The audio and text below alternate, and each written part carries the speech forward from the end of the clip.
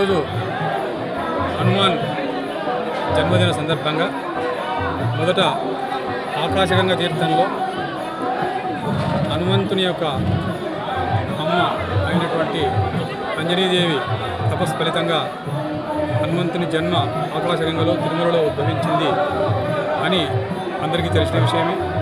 అక్కడ బాలాంజనేయ స్వామి వారికి అంజనీదేవికి ఈరోజు పొద్దునే 8 గంటలకు అభిషేకం చేయడం జరిగింది.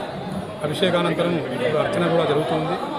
తర్వాత చాపాలి తీర్థంలో త్రేతాయుగంలో చాపాలి మహర్షి అయోధ్య నుంచి తపస్సు చేసుకోవడానికి తిరుమల కొండకు వచ్చి తపస్సు చేస్తూ ఈ చాపాలి తీర్థంలో హనుమంతుల వారు ప్రత్యక్షమై ఆ హనుమంతుల వారి ప్రత్యక్షమైన సందర్భంగా హనుమంతుల వారి ప్రత్యక్షాన్ని పురస్కరించుకొని జాపాలి మహర్షి ఇక్కడ హనుమంతుని విగ్రహాన్ని ప్రతిష్ఠించారు.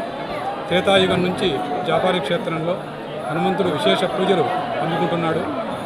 తిరుమల క్షేత్రాన్ని ఆయన గురువైనటువంటి వెంకటేశ్వర స్వామిని కొలుస్తూ ఇక్కడ అవతరిస్తూ ఉన్నాడు. భక్తులకు ఆరోగ్య ఐశ్వర్యాలను అందిస్తూ ఉన్నాడు. దీని తర్వాత లేడీ ఆంజనేయ స్వామి దగ్గర తిరుమల అర్చకులు ఈరోజు అభిషేకం చేస్తారు. ఆ అభిషేకం అయిన తర్వాత మరలా 2 గంటలకు నుంచి 3 గంటల మధ్య 1వ ఘాట్ రోడ్లో అంటే డౌన్ ఘాట్ రోడ్లో 7th మైల్ దగ్గర ఉన్నటువంటి ఆంజనేయ స్వామి వారికి అభిషేకం చేయడం జరుగుతుంది.